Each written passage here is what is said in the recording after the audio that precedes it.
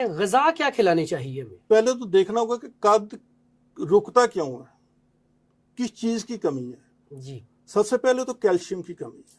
बिल्कुल ठीक हो गया। सबसे अच्छा सोर्स हमारे पास दूध है, लेकिन वो हमें पूरा शहर ढूंढ ले नहीं मिलेगा।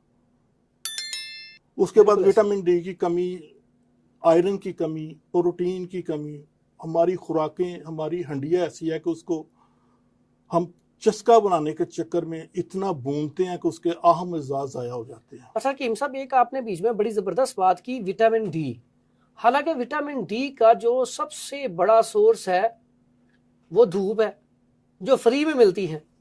अगर सुबह जब सूरज निकलता है, बंदा उस टाइम थोड़ी देर धूप जो है उसमें बैठ जाए तो उससे विटामिन डी पूरा हो जाता है।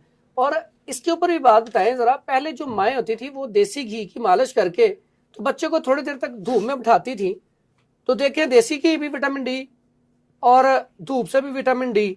यानी कि ये तो ऐसी चीज है कि आप घर में बैठे ये नुस्खा इस्तेमाल कर सकती हैं। हाँ सर, 90% जो अमराज इस वक्त है ना, वो हमारे लाइफस्टाइल की वजह से। इसमें भी ये चीज़ बड़ी काउंट कर रही है कि 2 बजे सोना है, सुबह 10 बजे उठना है। वो सुबह की धूप, वो विटामिन डी कहाँ से हम लेंगे?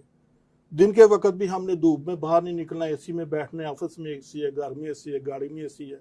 तो बच्चे भी इन्हीं चीज़ों को देख के तो फिर इस विटामिन डी का शिकार होते हैं। लेकिन प्रोफेसर साहब, इसमें एक बात और भी है।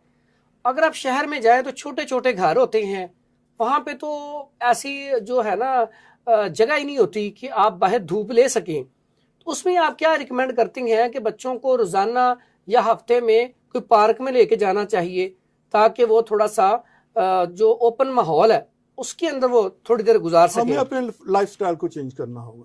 सुबह जल्दी उठना होगा, फजर की नमाज पढ़नी होगी, उसके बाद वॉक के लिए सुबह की जो वो धूप है और सुबह की वो ऑक्सीजन है, वो आपकी नशो नुमा के लिए बहुत अहम है। जो लोग वो 3-4 घंटे मिस करते हैं, वो बहुत ज़्यादा नुकसान अपना करते हैं, सेहत के लिहाज से, वक़्त के लिहाज से और कारोबार के लिहाज से।